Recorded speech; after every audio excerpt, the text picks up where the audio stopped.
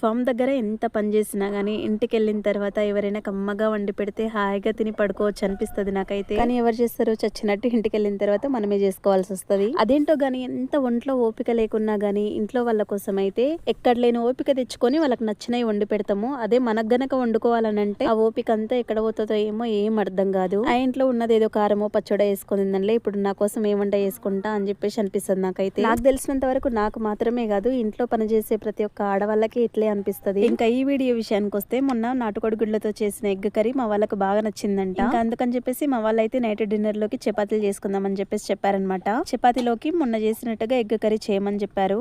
ఇంకా చపాతీ పిండి అయితే ఆల్రెడీ కలిపేసి పెట్టాము. ఎగ్స్ అయితే మా ఇంట్లో ఎప్పుడు స్టాక్ ఉంటాయి అనమాట. ఇంకా మా ఫామ్ లో పుంజుల తయారీకి ఎగ్స్ అనేవి యూజ్ చేస్తామన్నమాట. అందుకని చెప్పేసి ఒక ట్రే 2 ట్రేలు స్టాక్ ఉంటాయి మా ఇంట్లో ఉన్న ఎగ్స్ తోనే కర్రీ అయితే చేసేసాను.